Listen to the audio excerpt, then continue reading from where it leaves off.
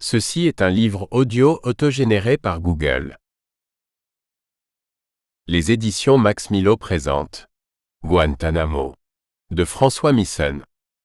Ce récit-reportage raconte la singularité d'un territoire oublié du monde pendant un siècle, et soudain à la une de l'actualité, après la décision des États-Unis d'y installer un terrible univers carcéral. Singularité de cette enclave cubaine, de ses chants, de ses danses. Singularité du climat. Les crues et les cyclones emportent les routes, sans jamais diminuer l'enthousiasme et la ténacité de la population. La ville de Guantanamo est riche de contrastes. Comment en trouver les clés?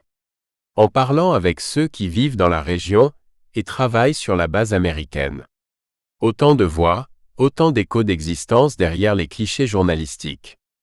Les Guantanameros se livrent avec bonne humeur et sensualité, à la plume alerte de l'auteur, passionné de Cuba depuis des années. Un récit humble et poignant. Journaliste et écrivain, François Misson a été correspondant de guerre et grand reporter. Il a reçu le prix Albert Londres pour sa couverture de la guerre au Moyen-Orient et le prix Pulitzer pour sa collaboration à l'enquête sur la French Connection. Il a publié une quinzaine d'ouvrages. Des notes et illustrations sont disponibles sur les éditions Brochet et e-book du livre. Introduction, l'OUBLIE. Les voitures sont rares. Adossées aux palmiers parasols, des femmes portent des bébés en bandoulière. Des hommes lèvent machinalement le bras. Annoncée par une pétarade poussive, l'arrivée d'un véhicule est confirmée par des nuages opaques de pots d'échappement, 1000 fois rafistolés. Midi, route obscure, horizon bouché. Il et elle attendent une botella et la guagua. Rien à voir avec une bouteille et un aboiement. L'une concerne l'autostop. L'autre un autobus. Les candidats ont pris racine depuis le début de la matinée. Nous sommes au punto de contrôle à la sortie de Guantanamo. Les treillis pullulent. Les talkies-walkies bourdonnent, les scanners radiographient. Carnet, autorisation, inspection, investigation. L'endroit est ultra sensible. Interdit à tout étranger, et même à tout Cubain qui ne soit pas domicilié là-bas. Là-bas, c'est Caymanra, face à la base. Caymanra, zone interdite. Aïe, compay, soupire le guariro. Un reste de tabaco, cigare rustique, entre les dents, Eduardo le paysan mâchouille l'herbe, lorgne avec envie vers l'estafette siglée cristal, la cerveza del sueño, la bière du rêve, qui fonce vers le village tabou. La bière cristal porte bien son nom. Elle fait rêver, et n'a guère besoin de laisser passer. Eduardo s'offre finalement une rasade. À défaut des boîtes de ce luxe blond et frais, il faut bien se rabattre sur l'eau du robinet. Au petit matin, Eduardo en a recueilli une pleine bouteille pour accompagner un bocadito, sandwich vague, fourré d'un fromage bizarre et d'une viande indéfinissable. De quoi attendre la guagua providentielle. En philosophant. Aïe compay, no es facile. On s'en serait douté. Combien de temps a-t-il patienté avant de rejoindre sa famille là-bas, face à la base américaine? Je n'aurai jamais la réponse. Avant de retourner en ville pour chercher une autorisation officielle du Poder Popular, le siège du parti, et pénétrer dans Caymanra, la queue s'est allongée d'une bonne dizaine de mètres. Eduardo a philosophé dans sa barbe. Aïe, compay Guantanamo et una fatalidad geográfica. Fatalité géographique, traduite en une formule lapidaire, c'est l'identité très spécifique de ce territoire oublié du monde pendant un siècle, et soudain à la une de l'actualité, suite à la décision des États-Unis d'y installer un univers carcéral, condamné par une opinion mondiale unanime. La prison des talibans, ou présumée telle, est une épine dans le pied de la diplomatie états-unienne. Et restera une tâche, quoi qu'il arrive, dans l'histoire de ce pays. Cette fatalité géographique est une donnée historique de Cuba. Guantanamo est aux premières loges des agressions cycloniques. Les crues du Guaso emportent les routes, la canicule enflamme les champs de canne à sucre. Cela laisse des traces. Les locaux se plaignent souvent d'être les oubliés du pouvoir central. Pour le reste, les Guantanameros se livrent avec une bonne humeur et une sensualité qui détonnent même aux yeux des Cubains vivant dans les autres régions du pays. Prononcer Guantanamo à La Havane, à Camagüey ou à Santa Clara, et le verdict mi-amusé, mi-réservé est asséné sous ce seul mot. Candela, cela peut se traduire par explosif. Il s'agit du tempérament de la population locale, aussi bien revendiqué par les belles que par leurs compagnons. Elles affolent. Ils frappent. Elles dansent. Ils boxent. Elle s'appelle Dunia, danseuse étoile de la compagnie Danza Libre. Il s'appelle Félix Savon, 3 fois champion olympique des poids lourds. La ville, elle, est plus secrète. Comment en trouver les clés? L'histoire, la géographie et la sociologie apportent des réponses à ces interrogations jugées inutiles, jusqu'à ce que le monde découvre qu'il y avait bien d'autres sujets d'intérêt que la chanson Guantanamera depuis janvier 2002 et l'arrivée de 779 prisonniers. Entre la découverte de Cuba par Christophe Colomb en 1492 et la révolution castriste, les jalons d'une chronique turbulente, génocide des Indiens, esclavage, guerre d'indépendance et protectorat déguisé des États-Unis. Les voisins de Miami ont laissé une image sulfureuse, collée à l'histoire de la Loma del Chivo, le quartier réservé. Confinés sur la base durant la semaine, les Marines y débarquaient en troupeaux exubérants et y soulageaient leur libido. Ce voisinage d'un siècle avec les États-Unis, accepté par les différents maîtres de l'État cubain, puis rejeté par la Révolution, pèse d'un poids considérable dans la vie quotidienne d'une ville dont on a l'impression qu'elle est en permanence sur ses gardes. Guantanamo. Le cagnard de juillet plombe les dalles neuves scellées de frais sur la terre ocre. L'église Santa Catalina rue Aguilera fait le plein. Ahí compay, à qui se puede respirar, soupire José. Affalé sur un banc, le vieux laisse aux touristes la responsabilité de traduire la véritable vocation de l'église du Parc Martí. Comme le confirment d'autres fidèles, la foi chrétienne n'est pour rien dans leur présence autour de la nef. Ils s'avouent dévots de circonstance. « Je n'ai pas l'air conditionné chez moi », dit Honorina. « Ici il fait bon, gracias Jesus. » José hoche la tête.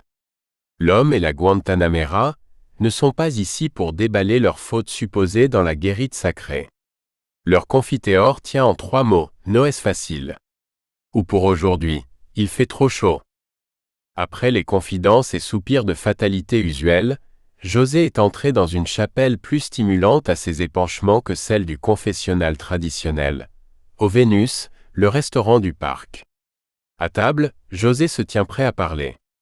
Le Bucanero, la bière locale, l'inspire davantage que le vin de messe pour survoler la conjoncture. Après un congri, riz aux haricots noirs, garni de lardons et un pollo grillé, arrosé d'une 3e bière, les choses sont beaucoup plus claires. Formé sur le tas, professeur émérite d'histoire et de psychologie enseigné par les aléas de la vie quotidienne, José analyse la situation. No es facile, compay. Oui, mais encore, José. Compay, otro bucanero. Est possible? Garçon, une autre bière pour José. Gracias, compay. Alors, explique-moi, José. Guantanamo et una fatalidad histórica. Tiens, n'ai-je pas déjà entendu ça? Et il n'y a aucun docteur pour nous aider à en guérir. Tu comprends, compay. Parfois, on bascule dans la folie. Vos psychiatres ne pourraient pas comprendre. D'ailleurs, nous n'avons guère besoin de psychiatres dans ce pays.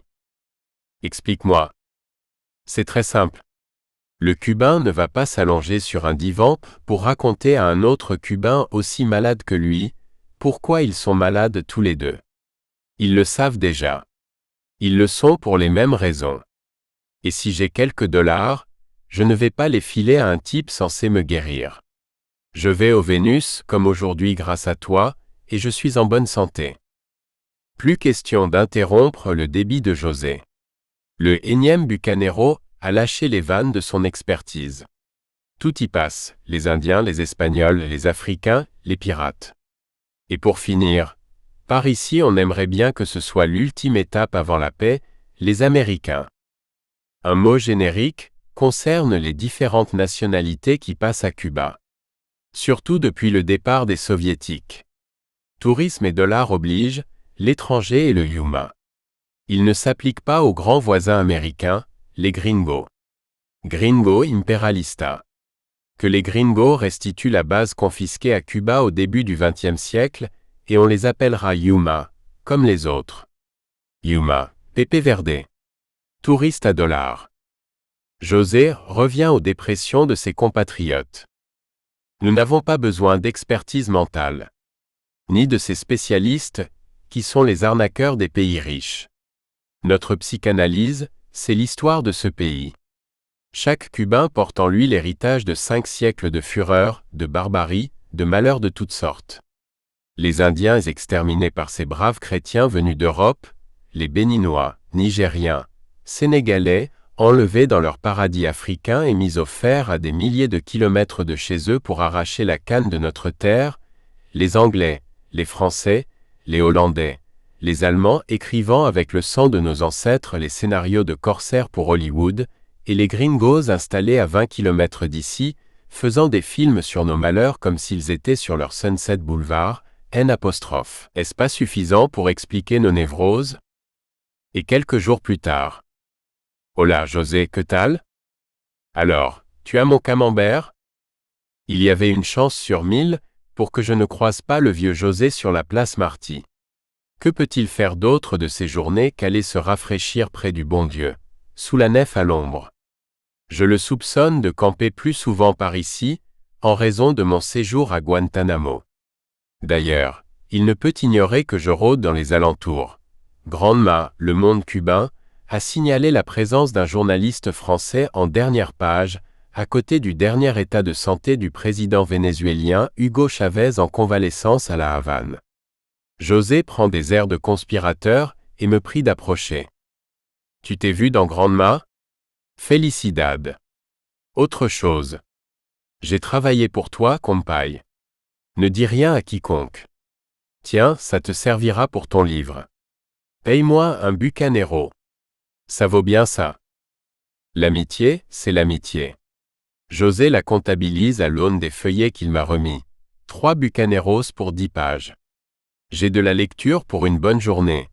Cuba de l'arrivée de Fidel à La Havane, jusqu'à l'ouverture de la prison du camp Delta de la base américaine.